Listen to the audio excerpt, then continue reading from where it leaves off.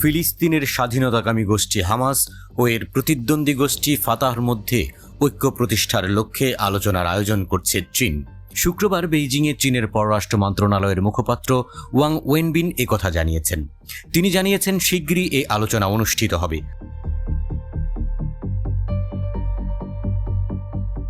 বার্তা সংস্থা রয়টার্সের প্রতিবেদনে বলা হয়েছে, চীনের রাজধানী বেইজিংয়ে এই আলোচনা অনুষ্ঠিত হবে। চীনা মুখপাত্রের উদ্ধৃতি দিয়ে প্রতিবেদনে আরও বলা হয়, গাজায় যুদ্ধের মধ্যে ফিলিস্তিনি কূটনীতিতে একটি উল্লেখযোগ্য চীনা অগ্রযাত্রা।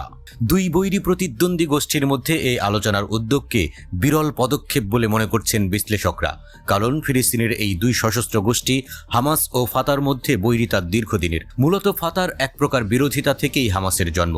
হামাস শুরুর দিকে ইসরায়েল রাষ্ট্রের অস্তিত্ব মেনে না নিলেও ইদানিং দ্বিরাষ্ট্রীয় সমাধানের দিকে ইঙ্গিত দিচ্ছে।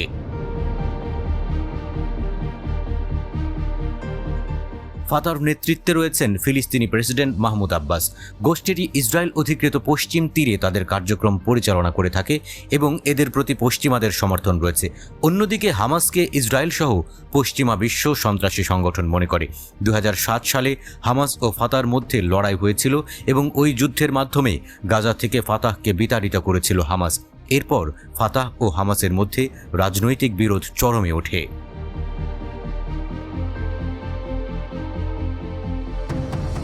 রয়টার্স বলছে, সংলাপে ফাতাহের প্রতিনিধি দলের নেতৃত্ব দেবেন গোষ্ঠীটির জ্যেষ্ঠ নেতা আজম আল আহমেদ, আর হামাসের প্রতিনিধি দলের নেতৃত্বে থাকবেন তাদের জ্যেষ্ঠ নেতা মুসা আবু মারজুক। উভয় গোষ্ঠীর প্রতিনিধিরা শুক্রবার বেইজিংয়ের উদ্দেশ্যে রওনা হয়েছেন বলে জানা গেছে।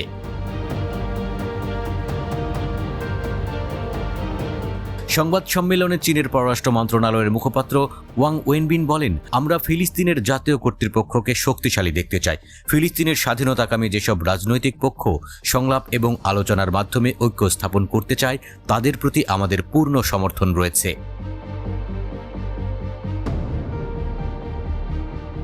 বৈরী সম্পর্কে থাকা ফিলিস্তিনের এই দুই গোষ্ঠীর মধ্যে ঐক্য স্থাপনই সংলাপের মূল উদ্দেশ্য বলেও জানান ওয়াং ওয়েনবিন।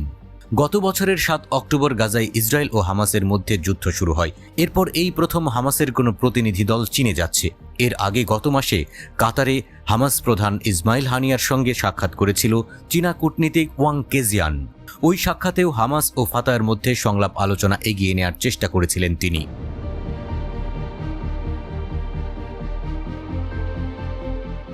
চীন সম্প্রতি মধ্যপ্রাচ্যে ক্রমবর্ধমান হারেই কূটনৈতিক প্রভাব দেখিয়ে যাচ্ছে। আরব দেশ ও ইরানের সঙ্গে একটি শক্তিশালী সম্পর্ক উপভোগ করছে। গত বছর বেইজিং দীর্ঘদিনের আঞ্চলিক প্রতিদ্বন্দ্বী সৌদি আরব ও ইরানের মধ্যে একটি যুগান্তকারী শান্তি চুক্তির মধ্যস্থতা করে। চীনা কর্মকর্তারা সাম্প্রতিক সময়ে আন্তর্জাতিক ফোরামে ফিলিস্তিনিদের পক্ষে ব্যাপক কথা বলছেন।